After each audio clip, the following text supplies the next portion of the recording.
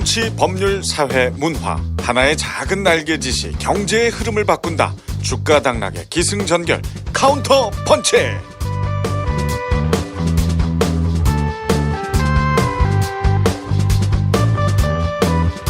국회를 나오던 날 조직과 인물에 대한 모두 까기가 시작됐다. 아닌 건 아니라고 말하는 남자 정두원. 지상파 아나운서 언 10년 뉴스와 함께 숨쉬며 뉴스 맥 좀 짚던 여자 김주희. 덮어놓고 투자하면 거지꼴을 못 면한다. 알파고급 두뇌 전략 투자마스터 KB증권 임한준. 돈보다 사람이 먼저니라 주식 자산관리 전문그룹 청인인베스트 대표 오한결. 그리고 저는 어떤 주제에 대해서도 엑스텐소려고 노력하는 남자 서경석입니다.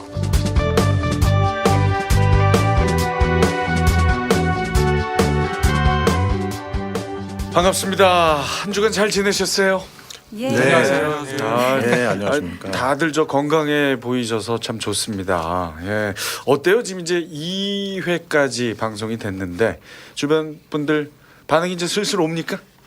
김주희 아나운서. 예. 일단 저도 중학생 이제 조카를 둔 입장에서 중학생인데 저희 프로그램 들어요? 예, 경제를 좀 알아라. 어허. 들어야 된다. 자, 깔고 들으세요 했는데 예. 미중 무역 전쟁 같은 경우는 좀 어려웠던 것 같아요. 그래서 우리도 어려웠어. 그렇죠. 저희가 조금 더 쉽고 유익한 방송 만들 수 있도록 노력하면 될 것 같아요. 네, 예. 그죠? 오한길 대표는 어떻습니까? 주변에서 이제 좋은 얘기들 많이 들었고요. 같이 하시는 분들이 워낙에 잘 하신다. 그래서 네가 뭐 중간에 못 하더라도 잘 안 들리더라. 뭐 이런 얘기들 많이 했고요. 네. 어이, 그만큼 무슨- 또 잘 맞춰주시고 잘해주신 거죠. 무슨 얘기예요? 예. 잘했어요. 그럼요. 그래서 이제 뭐 자기들도 듣고 싶은 방송이었긴 한데 조금 더 이제 심도 있게 들어가서 얘기를 해주면 좋겠다. 뭐 이런 얘기도 있었고요. 전문가분의 주변이어서 그런지 심도 있는 내용 그러네요. 기대한다. 네. 이런 반응은 또 저와는 또 달랐네요. 그렇습니다. 정 의원님 주변 반응은 어떻습니까? 네, 뭐 반응이 이제 나오기 시작하는데요. 아직 갈 길은 먼 것 같고 제가 좀 더 준비를 많이 해야겠다 그런 생각합니다. 여러분들한테 누가 되지 않도록 좀 신경을 더 써야겠네요. 절대 아닙니다. 아니, 지난 시간에 국민연금 때 그렇게 중요한 말씀 많이 해주셨는데요. 지난 방송은 정 의원님의 예. 방송이었다고 해도 과언이 아닐 없었으면 큰일 날 정도로 뻔했어요. 많은 분들이 정 의원님 그 현역 의원 시절 때 발의를 하셨구나. 아주 많은 분들이 생생한 현장 얘기들. 그럼요. 예. 놀라고. 그리고 이게 이제 팟캐스트라 이 오디오 팟캐스트라 이 모습을 보여드릴 수가 없는데 네네. 이렇게 제가 이제 가까이서 뵈는 거는 이번 카운터 펀치를 통해서 처음인데 이렇게 긴 시간을 참 멋있으세요. 은근 패셔니스타세요. 오늘 톤 좀 보세요. 놀랍습니다. 카키 베이지 네. 맞추기 어려운 색이거든요. 특히 제일 멋있는 건 저 수염이요. 수염. 턱 쪽에 나 있는 저 흰색 수염. 제 위치에서는 안 보였는데 네. 그렇네요. 어떻게 기분 좀 좋아지셨어요? 네, 아이고 막 날아가는 것 같아요. 이만준 과장은 회사에서 이제 스타로 발돋움했다는 소문이 있던데요. 그런 소문은 이게 선반영이 되나 봐요.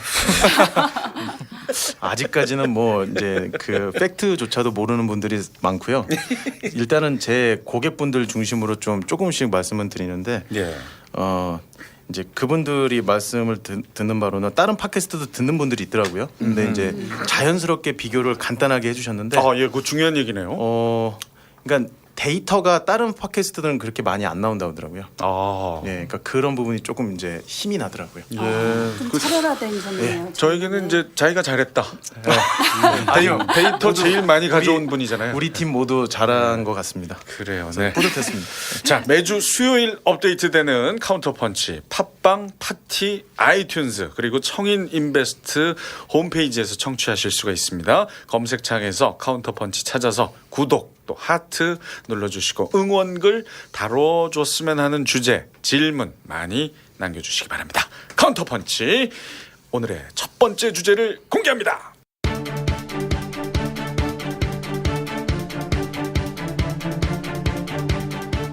미국과 중국의 무역 갈등이 환율 전쟁으로 확대된 가운데 이제는 터키발 금융 불안까지 더해졌습니다.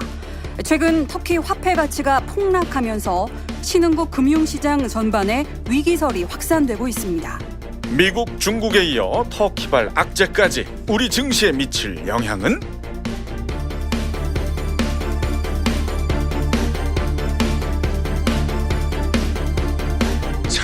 지금 저 미중 환율 전쟁도 문제입니다만 요 며칠 가장 뜨거웠던 이슈는 사실 터키 리라화 폭락이었죠. 김주희 아나운서 현재 상황 좀 정리해 주십시오. 네, 지난 10일 트럼프가 터키산 철강과 알루미늄에 대한 관세를 2배로 높인다고 발표한 직후에 터키 금융시장이 요동쳤습니다.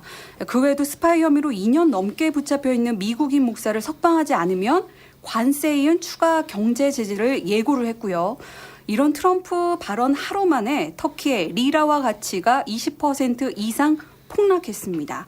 이 기회에 또 터키 물건 직구를 하겠다 이런 사람들로 인해서 터키 버버리 등 관련 검색어가 1위로 며칠 동안 계속 기록을 하고 있죠. 예, 요 며칠 정말 기사가 아주 많이 났었는데요.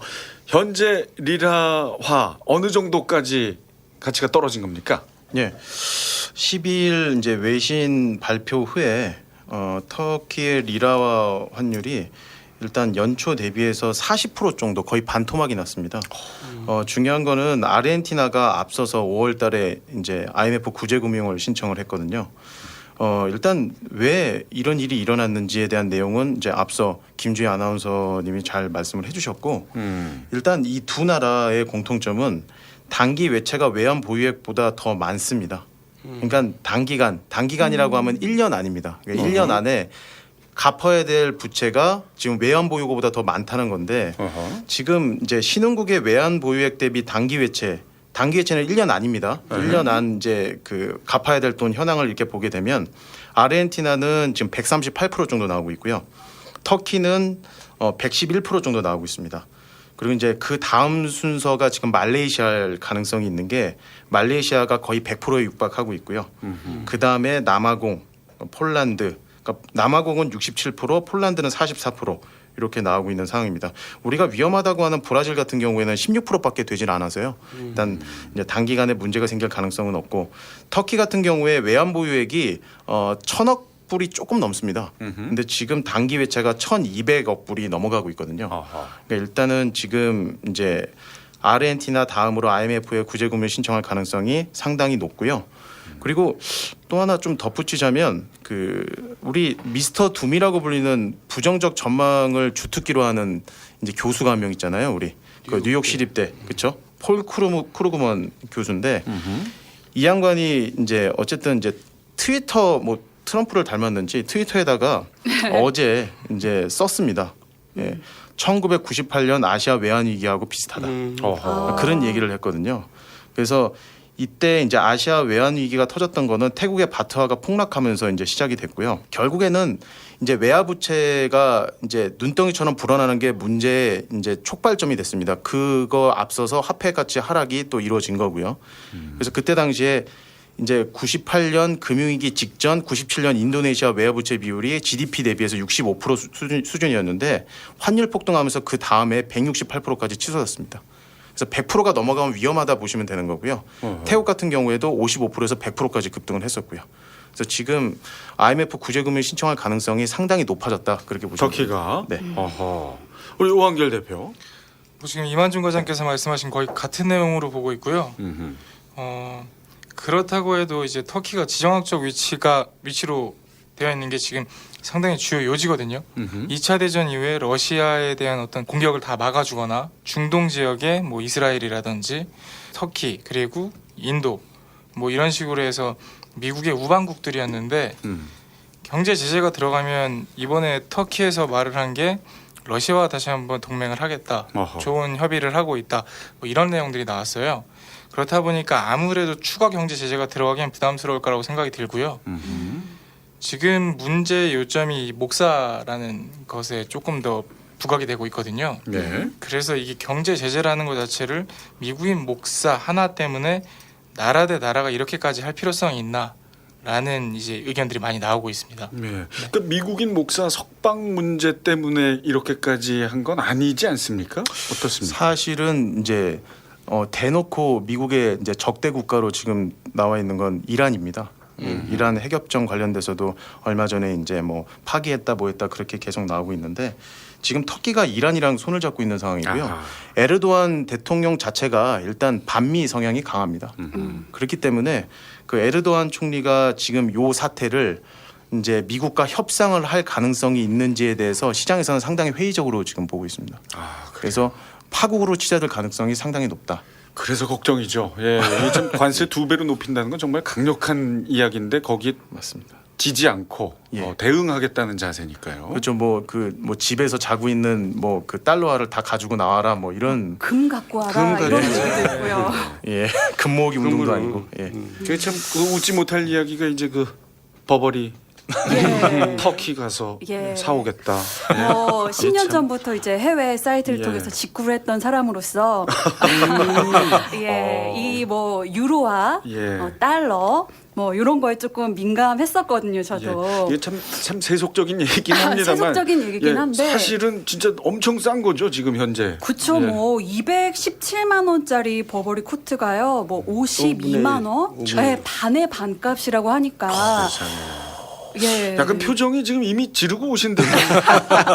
안타깝게도 예. 이 터키에 사는 친척이 없어가지고 그래서 요즘 뭐 배대지 이런 것도 예. 신종 검색어로 많이 떠 있더라고요. 예, 그래요. 터키에 뭐요? 살고 있는. 배대지? 그러니까 이제 그 우리나라로 바로 오면 또 요금 변동이 생기니까 세금이 붙고, 네네. 그러니까 터키에 보냈다가 거기서 이제 한국으로 보내주는 그래서 그거를 이제 터키 아이고. 주소를 배송을 세상에. 대행한다. 그래서 이제 배대지 이런 또 쇼핑 용어가 있습니다. 전문 예. 용어가. 예, 이게 배대지. 뭐 참 좀 씁쓸하긴 합니다만 현재 그 그쵸. 근데 현실이에요. 이것 또한 예. 경제 상황이니까요. 그러니까요. 제가 하고 싶은 얘기는 뭐냐면 네. 네. 트럼프 대통령 되더니 세상이 너무 시끄러워요. 그러니까 지난주에 저희가 중국과의 전쟁도 얘기를 했었는데 그러네요. 이번 주는 또 터키예요. 그래서 미국이 세상을 좀 안정시키는 역할을 해야 되는데 예. 자꾸 트러블을 일으키는 역할을 하는 게 아닌가 싶어갖고. 근데 우리나라도 이제 거기서 자유롭지 못하잖아요. 그렇죠. 네. 예. 그리고 지금 우리나라는 또 지금 북한과의 지금 종전선언 문제 때문에 묶여 있는데 이거라도 잘 풀려야지 좀 그나마 좀 벗어날 수 있을 것 같아서 네. 기대를 해봅니다. 자, 이 미중 무역 전쟁, 예, 사실은 그 얘기부터 하려다가 이제 터키 리라와 문제가 워낙 지금 많이 보도가 돼서 잠깐 얘기를 나눠봤고요. 환율로 옮겨 붙었죠. 지금 미중 무역 전쟁이 김주희 아나운서 그 불씨가 어디서부터 시작된 겁니까? 7월 22일 트럼프가 트위터로 사실상 환율 전쟁을 선언했습니다. 이 중국이 관세 부과의 피해를 상쇄하기 위해서 환율을 조작하는 거 아니냐 이런 의혹을 제기를 했고요. 이 중국과 유럽 연합이 그들의 통화 가치를 조작한다. 금리를 낮추고 있다. 반면 미국 달러화는 금리를 올리면서 갈수록 강해지고 있다. 미국은 불법적인 환율 조작이나 나쁜 무역 협정 때문에 잃어버린 것을 되찾아야 한다. 이렇게 의혹을 제기를 한 상황이죠. 네. 자, 일단 이제 본격적인 얘기하기 전에 그 환율 저희가 그 사회 시간 뭐 경제 시간에 얘기는 많이 듣고 자랐습니다만 짧게 좀 쉽게 네. 환율 뭡니까? 환율은요. 예. 뭐 교환 가치다 이런 거는 다 알고 있는 사실이고요. 사실 이제 일반적으로 헷갈리는 부분이 그겁니다. 환율이 올랐다. 그러면 환율이 오른 건지 아니면 원화 가치가 오른 건지 그렇죠. 예. 뭐 달러가 오른 건지 그게 제일 헷갈리죠. 예, 상당히 헷갈려요. 헷갈리고요. 네. 표기 방법도 외국과 우리나라가 다릅니다. 아하. 예, 그래서 상당히 헷갈리는데 네. 일단 이렇게 보시면 됩니다. 환율이 올랐다는 음흠. 우리나라 통화 가치는 떨어졌답니다. 아하. 그러니까 정확히 말씀드리면 원달러 환율이 올랐다는 원화 가치가 떨어졌다는 얘기입니다. 음흠. 예, 그러니까 이 얘기죠. 1달러가 1,000원이었는데 그렇죠. 1달러가 2,000원으로 환율이 오른 거고 그렇죠. 달러를 전에는 1,000원 주면 살 수 있었는데 맞습니다. 2,000원씩이나 줘야 되니까 예. 네, 상대적으로 가치는 떨어진 거고. 우리 원의 가치는 떨어진 거고 맞습니다. 달러는 올라간 거죠. 가치가. 맞습니다. 그러니까 좀 더 이어 주십시오. 예. 그리고 그 말씀드렸던 이제 표기 방식이 다른 거는 뭐냐면 우리가 환율을 얘기할 때 1달러당 몇 원 이렇게 얘기를 하면 우리 입장에서 봤을 때는 이제 뭐 1,035원 슬래시 뭐 그다음에 1달러 이런 식으로 그러니까 원화 다음에 USD가 포함되는 그러니까 그렇게 이어지는 그런 순서로 알고 있는데 외국에서는 그렇게 표현하지 않고요. 기준이 되는 통화가 앞에 옵니다. 보통 그래서 USD 슬래시 그다음에 비교하는 대상 통화가 나옵니다. 어허. 예. 그러니까 헷갈리죠. 헷갈리네. 이거 도대체 뭐지? 그렇게 생각하시는 경우들이 많은데 정확히 지금 딱 짚고 넘어가는 게 외국은 반대다. 기준 통화가 앞에 나온다. 중요한 기준 통화가 먼저 나오고 그다음 비교 대상 통화가 나온다. 아 그렇게 또 이해하면 되겠네. 약간 좀 학원 선생님 느낌 좀 나는데 지금. 제가 전직도 학원 강사 예, 맞았었죠. 진짜요? 네 맞습니다. 역시 요목조목 설명을 똑 떨어지게 잘해주십니다. 예. 자 아까 우리 김주희 아나운서가 짚어주신 그 팩트. 예. 예, 이제 한마디로 중국이 환율을 인위적으로 올려서 관세를 막 이 미국이 세게 부과하는 걸 상쇄시키고 미국으로 수출하는 중국산 제품의 가격 경쟁력을 높이고 있다 이런 주장인 거죠. 그럼 여기서 또 궁금한 게 그 환율과 저희가 화폐 가치에 대해서는 방금 얘기를 했지만 그 환율과 또 수출에 대한 관계도 있잖아요. 네 맞습니다. 말씀을 드리면 지금 중국이 취하고 있는 이제 환율 이제 결정 방식은 고정 환율제입니다. 그러니까 자율 변동 환율제가 아니라 바스켓 환율제라고 정확하게 표현을 할 수 있는데요. 중국이 그 안에 있는 통화들의 비중을 조절해서 위안화를 살짝 왜곡시킬 수 있습니다. 아하. 예, 물론 이제 예, 그렇게 보시면 되고 그러니까 세계적으로 지금 고정 환율제를 채택하고 있는 나라 그리 많지 않죠. 많지 않습니다. 네. 예. 그래서 중국이 지금 위안화를 절하를 외자 유출 리스크까지 감수하면서 하고 있거든요. 뭐 그런 이유는 지금 현재 수출 성장률이 좀 둔화되고 있고 GDP 성장률이 둔화되고 있는 상황이죠. 예. 그러니까 예를 들어서 미국이 중국산에 대해서 관세를 5% 올린다고 해도 위안화 값이 달러 대비해서 5% 절하가 되면 상쇄가 되는 거죠. 그 대미 수출 가격에는 변화가 없게 됩니다. 그러니까 아까 말씀하신 것처럼 설명 좀 해주신다면 네. 관세 5% 올린다는 거는 이제 비용을 5%를 더 늘린다는 얘기고요. 위안화 가격을 5% 절하한다는 거는 그러면 비용을 5% 절하한다는 예. 다운시킨다는 얘기입니다. 아. 결국에는 관세에서 비용을 5% 올린 걸 이제 환율에서 5% 다운시켜서 똔똔을 만든다는 거죠. 그 에어백 효과라 그러죠. 그래서 지금 중국이 그렇게 미국에 대해서는 저항을 하는데 그래도 또 자기네가 손해 보는 부분이 있잖아요. 그걸 감사하고라도 하는 거죠. 그러니까 그렇죠. 이게 지금 외화 부채 문제를 또 말씀을 안 드릴 수가 없는데 앞서서 터키가 외화 부채 문제가 심각하지 않습니까? 네. 이제 중국 같은 경우에도 외화 부채가 있는데 이게 위안화를 계속 절하시키게 되면 외화 부채 문제가 상당히 이제 평가 절상이 되면서 부담감으로 계속 작용할 수밖에 없게 되는 거죠. 뭐 다시 한번 설명해 주실게요. 뭐라고요? 그러니까 달러로 표시되어 있는 이제 외화 부채가 있을 겁니다. 예. 그러니까 빚진 게 있는데 아하. 그 빚진 게 위안화를 절하시켜 버리면 그만큼 상대적으로 나의 부채의 가치가 올라가는 거죠. 예. 그렇기 때문에 가만히 있다가 5%를 더 빚지게 되는 거예요. 그러니까 100위안만 갚으면 됐었는데 200위안 갚아야 된다. 뭐 150위안 맞습니다. 갚아야 된다. 이렇게 되는 거죠. 예, 맞습니다. 그러니까 요거를 말씀을 하셔서 제가 좀 더 좀 자세하게 예를 들어서 말씀을 드리면 위안화 절하폭에 대해서 예상 시나리오를 말씀을 간단하게 드리면 좋을 것 같아요. 1차 때 관세를 500억 달러 부과를 했는데 그때 당시에 관세율이 25%였습니다. 그 25%였을 때 관세 부과액 125억 달러인데 이게 요거를 상계할 수 있는 환율은 6.45 위안입니다. 달러당. 근데 이미 이거는 넘어섰죠. 지금 6.88 위안 정도 되거든요. 예. 2차 관세 2천억 달러 부과를 했을 때 요거를 상쇄할 수 있는 환율 6.7위안. 그리고 이제 나머지 2,600억 달러가 남아 있는데 이것까지 그냥 싸잡아서 다 한다. 그러면 7위안이면 됩니다. 아. 예. 그래서 마의 7위안이라고 다들 얘기하거든요. 지금 현재는 몇 위안? 7위안이 살짝 안 되고 있습니다. 아, 6.89 뭐 네, 89 뭐 이렇게 6.89 요 정도. 그 정도군요. 야.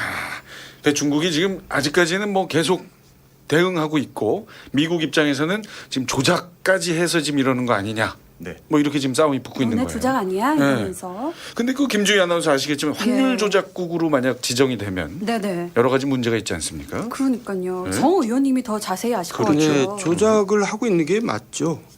그래서 이제 조작국으로 10월 정도에 이제 다시 지정을 할 것 같아요. 옛날에도 지정한 적이 있거든요. 언제 했었죠? 예전에? 94년도, 12년도, 3년도 94년도 네. 그랬었죠.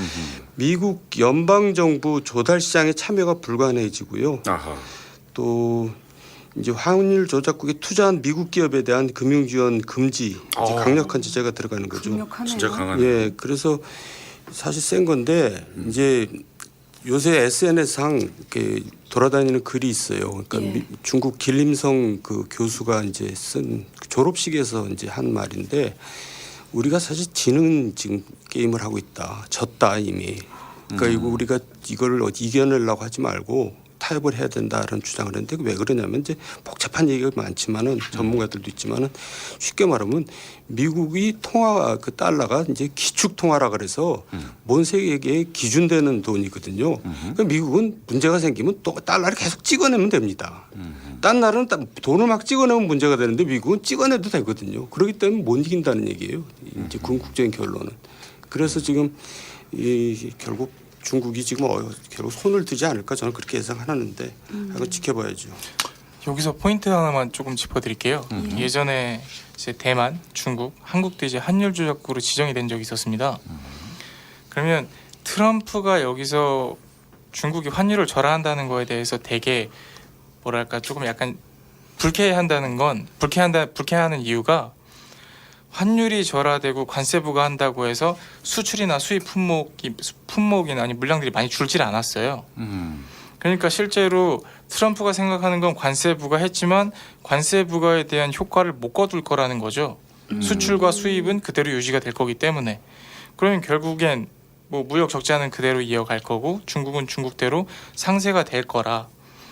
제가 봤을 때 지금 중국이 꼭 위안화를 절하한다고 조작한다고 볼 수만은 없다고 생각이 들거든요. 그거는 왜 그러냐면 정 의원님하고 좀 반대되는 예, 예. 생각이시군요. 그 이강 인민은행장이나 아니면 판궁성 인민은행 부행장 겸 국가외환 관리국장이 있어요. 네. 근데 이분들의 얘기를 들어보면 환율을 안정화시키기 위해서 여러 가지 정책을 활용하고 그리고 안정될 수 있다라고 발표를 했거든요. 그리고 특히나 이제 지난 7월 23일 같은 경우에는 트럼프 대통령의 트윗이 있고 나서 중국 외교부 경상 대변인이 이렇게 얘기를 했습니다. 위안화 절하를 통해 수출을 자극할 의도가 없다. 라고 발언을 하면서 이제 위안화 약세를 우리가 한 게 아니다라는 강력한 시그널을 보냈다고 봐야겠죠. 그리고 더 재밌는 건 이제 환율 조작국이 된다고 가정을 했을 때 여태 이제 과거 사례로 돌이켜 보면 시장이 거의 폭등을 했었습니다. 그렇다 보니까 트럼프가 불쾌한 것은 이거 내가 관세 부과하고 무역 분쟁 일으켰는데 중국이 피해 보는 건 없고 외려 미국이 욕을 많이 먹을 것 같은 느낌이 드니까 중국을 환율 조작국으로 몰아가는 게 아닌가. 예, 이런 예상을 좀 해볼 수 있죠. 아 먼저 네. 이렇게 좀 선빵 같은 그런 그렇죠. 건가요? 선빵을 날렸는데 그게 제대로 먹히지 않은 거죠. 아니니까 화내면서 근데 과거에 환율 조작국으로 지정을 했을 때 시장이 네. 어떤 시장? 주식 시장이요? 뭐 어느 주식 시장이 폭등을 했습니다. 주식 시장이 폭등했어요, 네. 실제로? 주식 시장이 폭등을 했고요. 여기서 조금만 더 설명을 해드리자면 그 한국의 경우에는 그 환율 조작국으로 이제 지정이 됐을 때 24% 그 환율 조작국 지정이 끝날 때까지 증시가 24% 상승을 했었고요. 대만의 경우는 36% 상승을 했었고요. 일본의 경우는 약 50% 정도 상승을 했었습니다. 그리고 중국의 경우는 약 한 400% 정도 상승을 했었고요. 그래요. 예. 역설적이네. 그거 참 희한하네요. 이 두 분 지금 의견이 약간 엇갈리고 있는데 이만준 과장 어떻게 생각하십니까?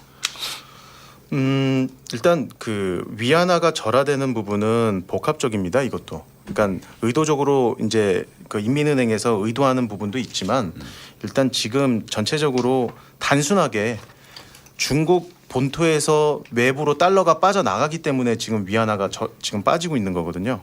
예, 위안화가 같이 절하가 되고 있다는 얘기죠. 그러니까 일단 이 부분은 사실 이제 그 위안화 부분이 우리나라에 어떻게 영향을 미치느냐 사실 이제 이 부분인데 지금 원화가 떨어지면은 이제 그 수출 가격도 그만큼 떨어지는 효과가 있기 때문에 가격 경쟁력을 기대하는 거잖아요. 그래서 수출이 많이 될 것이다. 그렇게 생각을 늘어나죠. 예. 네, 그렇게 얘기를 하고 있는데 근데 지금 같은 경제 환경에서는 먹혀 들어가기 어려울 가능성이 있습니다. 이유는 지금 보호무역주의가 전 세계로 확대되고 있는 분위기이기 때문에 관세 벽이 좀 너무 올라가 있어요. 그러니까 그러니까 해당 통화, 자국 통화의 가치를 떨어뜨려서 수출 경쟁력을 가격 경쟁력을 높여서 수출을 많이 한다고 해도 이미 관세에서 그 이익 부분이 깎여져 나가기 때문에 그 효과는 많이 감쇄된다. 그렇게 이제 보는 거거든요. 그래서 일단 효과는 좀 적을 것이다. 그렇게 저는 생각을 합니다. 그리고 여기서 또 한 가지 짚어볼 게 있는데 네. 무조건적으로 조작을 할 수 없는 이유는 이제 환율은 두 가지가 있거든요. 역외 환율이 있고요, 역내 환율이 있어요. 역외 환율 같은 경우에는 이제 외국인들의 수급에 의해서 시세가 변화하기 때문에 중국 정부가 개입을 해서 환율을 조작할 수가 없습니다. 근데 이제 역내 환율 같은 경우에는 역외 환율을 맞추기 위해서 정부가 역내 시장에 직간접적으로 개입을 할 수가 있어요. 그래서 이 차이가 벌어지면 문제가 되겠으나 지금은 그렇게 크게 갭이 있는 상황은 아니거든요. 그래서 중국에서 인위적으로 평가 절하를 하고 있다. 이 부분은 약간 트럼프의 일방적인 어떤 얘기라고 볼 수도 있죠. 예. 그럼 어떻게 보면 지난 시간에 잠깐 얘기를 했던 미국 무역 적자 부분에 있어서 중국이 차지하는 비율이 30%가 넘으니까 좀 억지를 부리면서 그 해소해보겠다 이런 때가 담긴 트럼프의 주장일 수도 있겠네요. 그 정확히는 이제 그 외국인 투자자들이 무역 분쟁에서 이제 중국 경제에 악영향을 미칠 거에 대해서 베팅을 한다고 봐야 됩니다. 그러니까 저희도 선물을 할 때 콜옵션이 있고 풋옵션이 있지 않습니까? 콜옵션은 상승한다에 베팅을 하는 거고요. 풋옵션은 하락한다에 베팅을 하는 겁니다. 근데 지금 외국인 투자자들이 무역 분쟁을 하면서 미국한테 중국이 밀릴 것을 감안을 해서 약간 얘네가 떨어질 것이다에 대한 베팅을 한 거죠. 그래서 네, 위안화가 평가 절하되고 있는 것을 트럼프 대통령이 약간 우기고 있다. 전 이렇게 보고 있습니다. 네. 네, 참 여러 각도로 해석 분석이 가능해서 뭐 정답은 없는 것 같습니다. 자, 우리가 이 환율 전쟁에 주목하는 이유, 원화에도 큰 영향이 예상되기 때문인데 최근 원달러 환율은 어떻습니까? 변화가 있죠. 당연히 있고 이게 그 결국 이제 위안화와의 상관성에 대해서 그러니까 얘기를 안 할 수가 없어요. 지금 그 상관 개수라고 불리는 이제 얼마나 동조화되느냐 그 개수가 있는데 이게 0.9에서 1 사이가 나오고 있습니다. 지금 그러니까 위안화가 빠지면 원화도 빠지고 오르면 원화도 오르는 지금 그런 상황인데요. 이게 트럼프가 이제 매니퓰레이팅이라고 하는 그런 단어까지 써가면서 이제 지금 조작하고 있다 그렇게 트위터에 얘기를 하고 나서 이제 막 올랐죠. 원달러 환율이. 원달러 환율이 아까 말씀드렸죠. 오른다는 거는 원화 가치가 떨어진다는 얘기입니다. 그래서 24일 날 1135.2원을 정점으로 한 2, 3일 동안 급락을 했습니다. 그래서 그런데 중요한 건 다시 또 이제 반등이 나오고 있다는 거죠. 1127원. 지금 제가 이제 오기 전에 확인한 바로는 1135원. 네, 8월 14일 기준으로. 네, 맞습니다. 그래서 이게 지금 환율 급등세가 잠시 이제 좀 소강 국면으로 돌입한 이유는 이제 경기 부양 정책을 발표를 했죠. 우리가요? 아니요, 중국에서요. 중국이요? 중국에서 이제 여러 가지 우려를 잠식시키기 위해서 뭐 인프라 건설하겠다, 기업 감세하겠다 그런 얘기들을 일단 발표를 했습니다. 그리고 이제 가장 중요한 내용인데 이거는 미국 트럼프하고 유럽의 장클로드 융커 EU 집행위원장이 만났죠. 예, 25일 백악관에서 만났습니다. 그래서 이게 대미 무역 장벽 완화를 해주겠다. 유럽에서 해주겠다라고 얘기하고 트럼프는 자동차 관세 약간 유보하겠다. 그렇게 이제 빅딜 같은 그런 느낌. EU가 미국산 콩하고 LNG 수입을 확대를 하겠다. 뭐 이런 얘기까지 했어요. 그래서 상당히 지금 우호적으로 지금 나오고 있다. 이렇게 보시면 되는데 그러면 이게 지금 중국하고 붙었는데 왜 EU하고 만났을까? 궁금하시지 않습니까? 그러니까 왜? 이게 미국 입장에서는 중국이 별로 비중이 크지 않아요. 앞서 우리 무역 전쟁 편에서 꼭 들으십시오. 거기에 지금 나오는데 네. 이제 미국이 중국에 수출하는 게 전체에서 8%밖에 안 되거든요. 근데 EU는 2배가 넘습니다. 중국에 18%입니다. 그러니까 EU하고 문제 푸는 게 더 급선무예요, 사실. 지금 미중 무역 분쟁이 환율 전쟁으로 비화되는 이 상황에서 의외로 지금 이제 키를 잡고 있는 게 유럽이다라고 보셔야 됩니다. 예. 돈 얼마 안 되는 애들하고 얘기할 게 아니라 돈 중국 되는 입장에서는 미국한테 목매다는 거지만 미국 입장에서는 그렇지 않다는 거죠. 그래요. 예. 제가 조금만 더 첨언을 해드릴게요. 과장님께서 설명을 너무 잘해주셨는데 일단 저는 한국 사람이니까 원화만 가지고 얘기를 조금만 더 드리자면 그 얘기도 중요하죠. 네. 네. 싸움은 중국하고 미국이 하는데 변동성은 원화가 훨씬 큽니다. 훨씬까지는 아닌데 그래도 원화가 변동성이 더 크고 아까 말씀해주신 상관계수가 0.9에서 1이라는 건 거의 동조한다는 얘기거든요.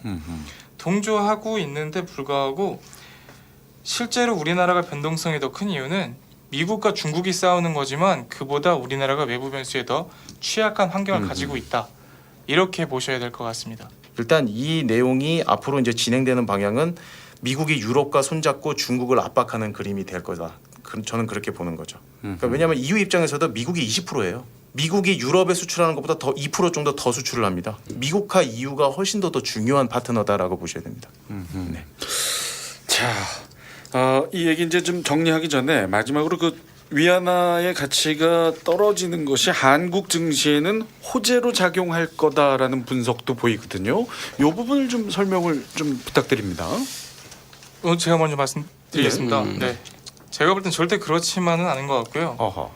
왜냐하면 이제 국내 증시와 해외 증시를 같이 모니터링을 해보면 달러 위안화 움직임이 중국뿐만 아니라 국내 증시에 엄청난 영향을 미치고 있거든요.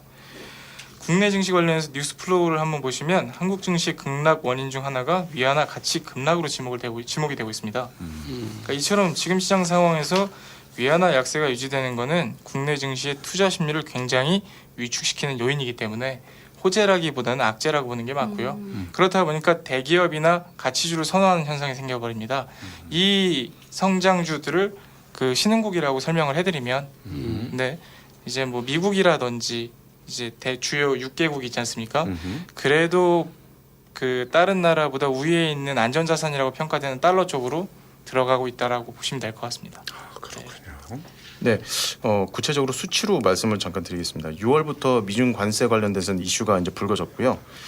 6월부터 오늘까지 이제 코스피 코스닥 시장 외국인 자금 흐름은 정확하게 코스피는 1조 473억 유출됐고요. 코스닥은 1,243억 정도 순매도를 보였습니다. 그러니까 환율도 그러니까 이렇게 빠져나간 게 이게 뭐 채권 시장으로 만약에 들어갔다면 환율이 움직이지 말았어야죠. 근데 들켜버렸습니다. 환율이 움직였죠. 그래서 연초부터 이제 1,050원에서 1,090원까지 박스권을 형성을 하고 있었었는데 6월 14일부터 급등합니다. 아까 제가 말씀드렸듯이 6월 달부터 미중 이제 관세 관련된 내용들이 나오기 시작했거든요. 그래서 어쨌든 주식 매도 자금이 국외로 유출되고 있다. 정확히 말씀을 드리면 원화 자산을 달러로 바꿔서 달러가 유출되고 있어서 환율은 올라간 거다.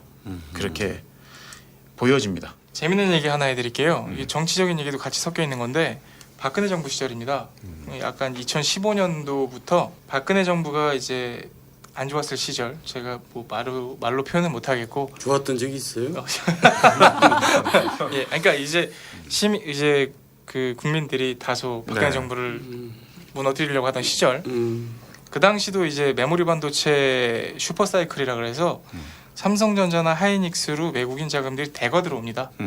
그때 당시가 이제 한 2,100포인트 정도였는데 2,670포인트 최고점을 만들 때까지 약 한 10조 원 가량의 투자금이 계속 들어와요. 국내 정세가 안 좋은데도 불구하고 그렇게 만든 자금들이 약 한 3년 동안 들어왔습니다. 근데 이게 좀 위험스럽다라고 말씀드리고 싶은 거는 지난 2월, 이번 올해죠. 2월부터 현재까지 약 6조 2천억 원을 매도했어요. 외국인 자금들이. 그러니까 올해 초 같은 경우에는 이제 외국인 국내 경기 개선이 지속될 것이라는 기대로 이제 국내 주식을 순매수했었는데 무역 전쟁 여파로 인해서 5개월간 6조 2천억이 순매도된 거죠. 그러니까 지금의 상황은 상당히 외국계 자금이 이 정도 빠져나갈 만큼 위험한 상황이라고 보시는 게 맞을 것 같고요. 이런 사례가 2005년도부터 약 한 5차례에서 6차례밖에 없습니다.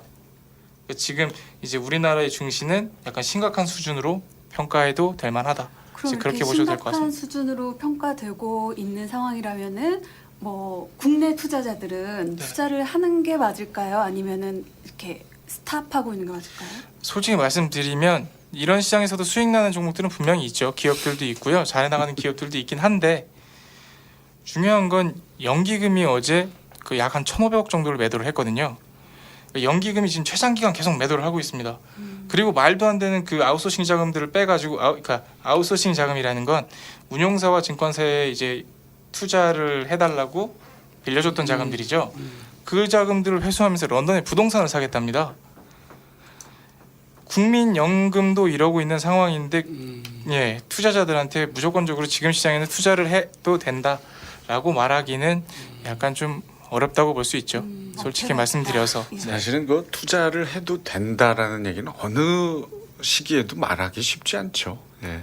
아무리 좋은 시기여도 그래도 네. 오한결 대표 이 말이 우리 주식시장을 더 어렵게 만드는 게 아닌가 걱정이 되네요. 희망을 제가 말씀드릴까요? 예, 그러니까 저 얘기만 들으면 이미 주식 사고 계신 분들은 지금 너무 불안해할 것 같거든요. 예. 희망은 그 의견이 크게 다르지 않은데요. 예. 우린 또 ETF라고 하는 아주 중요한 수단을 가지고 있어요. ETF가 상장지수 펀드, 주식처럼 거래할 수 있는 건데 그 ETF가 지수 하락에 베팅할 수가 있습니다. 죄송합니다 이런 말씀을 드려서 예, 저 인버스 ETF를 사시면 된다 그 말씀을 안 드리고 싶었는데 희망을 드리기 위해서 우리 저 김주희 아나운서는 어때요? 이게 네. 저 예전에도 그런 얘기를 하셨는데 위기가 기회일 수도 있잖아요. 그러니까요. 네. 이제 저 같은 사람은 네. 떨어지는 거가 어느 정도까지 떨어졌을까? 지금 바닥이다 하면 약간 그래 오를 거야 하고 들어가는 또 성향의 그렇죠. 사람이 있거든요. 예. 굉장히 안정지향적인. 지금 뭐 말씀하신 대로 네, 외국계 위기다 하니까 예, 순간 반짝? 10조가 빠져나갔으면 네. 다시 네. 또 들어오겠죠 언젠가는. 그럴 수 있죠. 예. 그렇죠. 뭐 영원히 등지고 살지는 않겠죠. 또 반짝할 것 같으면 들어오겠죠. 희소식을 조금 알려드릴게요. 귀 기울여야 되겠네요. 7월부터 외국계 자금이 다시 들어오기 시작했습니다. 그래요? 14억 3천만 달러가 유입이 됐고요. 근데 이게 아직 적극적으로 투자가 됐다라기보다 유입은 됐는데 아직은 간을 보고 있다. 요 얘기 뭐 하여튼 이 정도로 마무리를 하고요. 우리 정 의원님 이 미중 무역 전쟁 2라운드 환율 전쟁으로 지금 번지고 있는 요 앞으로 어떻게 전망하십니까? 그러니까 이게 정치적인 게 이제 네. 근본적으로 깔고 있기 때문에 그렇다고 지난 시간에 얘기했잖아요. 네. 그러니까 이제 중국이 대국 굴기다 해가지고 고개를 쳐들기 시작하면서 이제 문제가 되는 건데 특히 이제 구체적으로 아까 얘기 빠진 게 제조업 2025 뭐 이제 25년까지 제조업을 거의 선진국 수준에 이제 맞추겠다는 게 이제 미국을 굉장히 건드린 것 같아요. 그동안 뺏기던 것들이 이제는 뭐 어떻게 하겠다고 이제 사실 위협을 느낀 거죠. 그러니까 중국이 고개를 좀 내려야 된다 그럴까 좀 그럴 필요가 있을 것 같아요. 그렇지 않으면 계속 이 상황이 계속돼 가지고 세계가 정말 어지러울 것 같은데 우리는 또 거기서 새우등 터지는 거고 지금 중국이 좀 자중을 좀 했으면 좋겠다는 게 제 생각입니다. 네. 이제 의원님 말씀에 덧붙이고 싶은 꼭 말씀드리고 싶은 네. 내용이 있는데요. 이제 15일 날 미국 재무부가 발표하는 게 있습니다. 국제 자본 흐름 보고서라고 여기에서 발표하는 내용이 뭐가 있냐면 외국인 국채 보유량을 발표를 합니다. 근데 여기서 일본이랑 중국이 국채를 매도를 했는지 안 했는지가 이제 나오는 거죠. 만약에 국채를 대규모 매도한 게 확인이 되면 그때부터는 이제 좀 문제가 심각해진다. 그렇게 이제 좀 이제 알고 계시면 좋을 것 같고요. 그리고 아까 제가 이제 의외로 이 미중 무역 갈등 환율 전쟁은 유럽이 중요하다라고 말씀을 드렸잖아요. 아까 수출 비중도 말씀을 드렸었고요. 이게 또 지금 방송 나가는 전날이 되겠네요. 그러니까 14일 오후 이제 6시 우리나라 시간으로 6시에 유럽 2분기 GDP 이제 잠정치 발표를 하거든요. 그래서 이게 만약에 전년 대비해서 성장하는 모습이 나오면 유로화는 올라가는 거고 달러화는 살짝 주춤하게 될 것입니다. 자, 오한길 대표도 일단 지금 환율의 변동을 보면 뭔가 볼모로 잡고 있다는 느낌이 상당히 강하고요. 그리고 환율을 무역 분쟁에서 우위를 차지할 도구로 일단은 삼으면 안 된다고 봅니다. 그래서 정 의원님의 의견에 좀 동의하는 생각을 가지고 있고요. 미국이 일단 상호 무역에서 중국보다 수입 구매가 훨씬 더 크기 때문에 중국으로서는 관세 표적을 찾는데 밀릴 수밖에 없습니다. 그래서 현 상황에서 중국은 이제 무역 전쟁 승패 유무를 떠나서 현재 절하된 위안화 가치를 바로 잡아야 자본 유출과 경제 둔화의 우려를 거둘 수 있다. 그래서 조금은 협의할 수 있는 활로를 열었으면 좋겠다. 저는 이렇게 생각하고 있습니다. 자, 이참 국내외적으로 상당히 지금 불안합니다. 들썩들썩이는 우리 현재 상황에서 그래도 이 종목은 좀 주목할 필요 있다. 우리 청취자분들 2회 때 무역 전쟁 편 다 들으셨을 거라 믿고 말씀을 드리겠습니다. 네. 제가 강한 어조로 무역 전쟁 수혜주는 오히려 엔터주다. 그런 얘기 하셨죠. 예. 아, 예. 예. 이게 모르시면 섭섭합니다. 예, 다 기억하실 거라 생각을 하는데요. 네. 다시 국내 쪽은 엔터주를 추천을 드리고요. 좀 심심하지만 궁금하시면은 이제 이화를 한번 들어보시면 될 것 같고요. 그 앞서 제가 말씀을 드렸지만 결국 환율 전쟁의 종식은 달러화가 하락 전환하는 겁니다. 그래서 이제 달러 가치가 이제 달러 강세가 좀 진정이 돼야 된다는 거고요. 근데 이게 중국과의 관계에서 풀 수 있는 게 아니라 오히려 유럽과의 관계에서 풀려져야 된다라는 말씀을 드렸고요. 네. 그래서 이런 이제 맥락으로 제가 추천을 드리고 싶은 게 아쉽게도 국내 쪽은 아닙니다. 예, 국내 쪽은 아니고요. 아, 외국 예. 주식이에요? 그렇죠. 아까 제가 말씀드렸던 거 기억나실 거예요. 그러니까 14일 밤 6시에 발표되는 유럽 GDP 예상치 이게 이제 예상치보다 좋게 나오면 이제 어떤 걸 사고 만약에 예상치보다 좋게 안 나오면 요걸 사자 이렇게 말씀을 드릴 건데 만약에 좋게 나왔다. GDP가 좋게 나왔다. 그러면 ULE라고 하는 미국 ETF를 사시면 됩니다. 이게 이제 유로화가 강세가 되면 이제 올라가는 ETF거든요. 어허. 예, 그러니까 뭐 프로시어스 울트라 유로 요거를 이제 축약으로 ULE라고 하고요.